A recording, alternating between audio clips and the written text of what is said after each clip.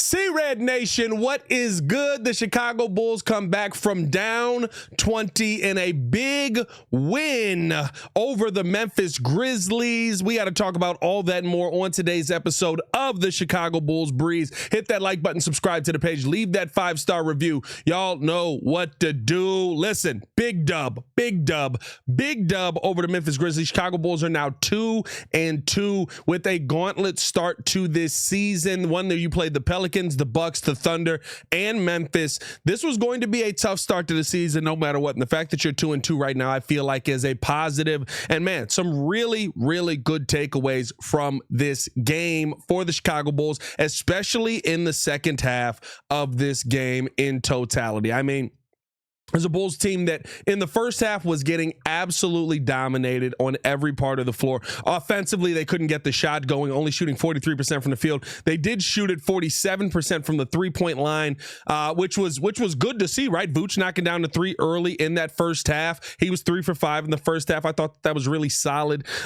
Seeing just the Bulls, how many threes they took, 23 three-pointers in that first half, but defensively, they could not stop Desmond Bane and Jaren Jackson Jr. to save their lives. Desmond Bane going for 23 in the first, giving them a 68-point lead. I thought that was really a tough matchup all day for them. But in the second half, the Bulls did something that, I never would have expected them to do. They locked in defensively. They denied Desmond Bane the ball. I thought that offensively, they started getting themselves going a little bit better. I thought they started playing the perimeter a heck of a lot better in that second half. And that's really what leads to this Chicago Bulls team coming away with this victory. Of course, still shooting the three ball well, which if you're a Bulls fan right now, they took let me double check this, 53 three-pointers today and shot it at a 47% clip. What team is this? Patrick Williams shot 20% from three. I started with the wrong person. Nikola Vucevic shot 50% from three. Kobe White shot 50% from three. Josh Giddey shot 50% from three.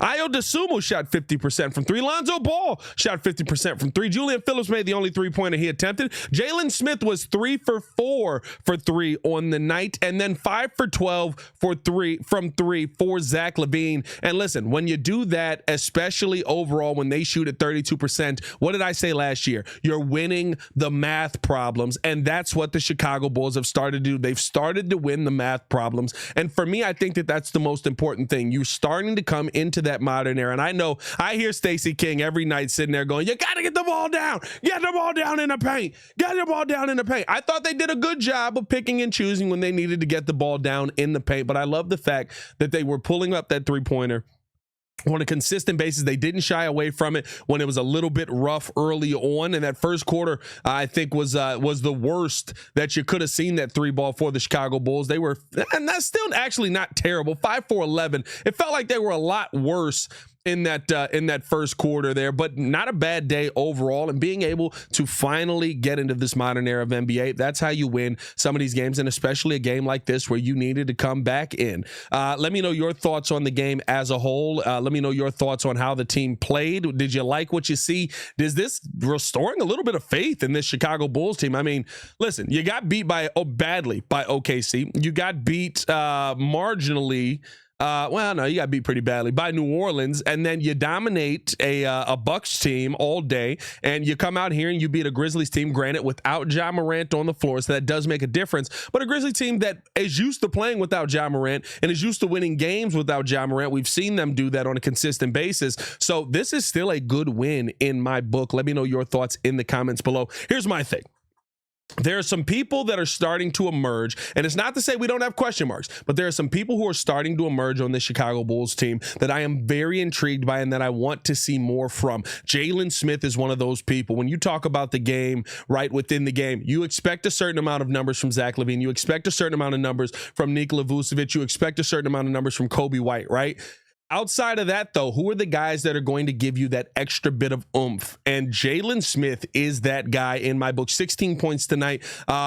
Came away with 7 rebounds. He's somebody who I think, if you're going to have the conversation on Patrick Williams not being a part of this starting lineup, which, ladies and gentlemen, I've been willing to have all offseason. I've been willing to have since last season. If you're going to replace him with somebody, I would love to see Jalen Smith get in that spot with his ability to run the floor. Patrick Williams, another abysmal night, 2 for 10 on the night. tonight. Only shot at 20%, 1 for 5. Did okay defensively tonight. It wasn't the end of the world, but a minus 19 on the floor. Good. Most of those runs that we saw when the Memphis Grizzlies were really able to get going come from Patrick Williams and matching up in a tough matchup on his part. I can't sit here and cook him, right? I can't cook him. I can't sit here and say I don't understand why he struggled in this game. Tough matchup having Jaren Jackson Jr. on you, somebody who's definitely much taller than you, going to give you more of a fits down low, and you want to see more out of him. But I can almost understand that one a little bit more. But at the end of the day, if you're talking about when things got tough, it's when Jalen Smith started getting some more minutes on the floor. I think he's somebody that needs to absolutely be more part of what the Chicago Bulls are doing on a more often basis. I love the minutes with him and Lonzo Ball out there, though, as well. I think you got to try and incorporate that because you just see Lonzo working his way back in when you're talking about those glue guys, right? Julian Phillips not doing too much today. He was 2 for 6. Really nice poster over Santi Aldama. He shouldn't have been there. I mean, it was a get up off of me. Hey, you know what I'm saying? But at the end of the day, this was a game where the Chicago Bulls come away with it in a really good team effort, a really good team fashion. And I thought that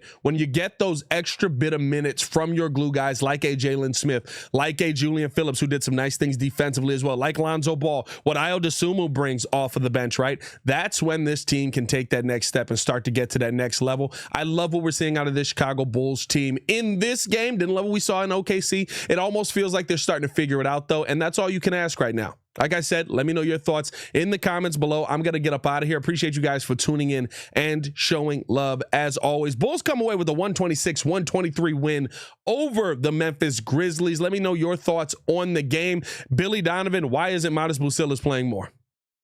That's what I'll finish it with. Why isn't Modest Buzelis playing more? There are no answers in the English language for why Modest Buzelis is not getting 12 minutes and 25 seconds over Dalen Terry, who basically is useless out there. Dalen Terry had 0 points, had a 0 plus minus, had 0 block shots, had 1 turnover, 1 steal, 4 personal fouls, 1 assist, and took no shots.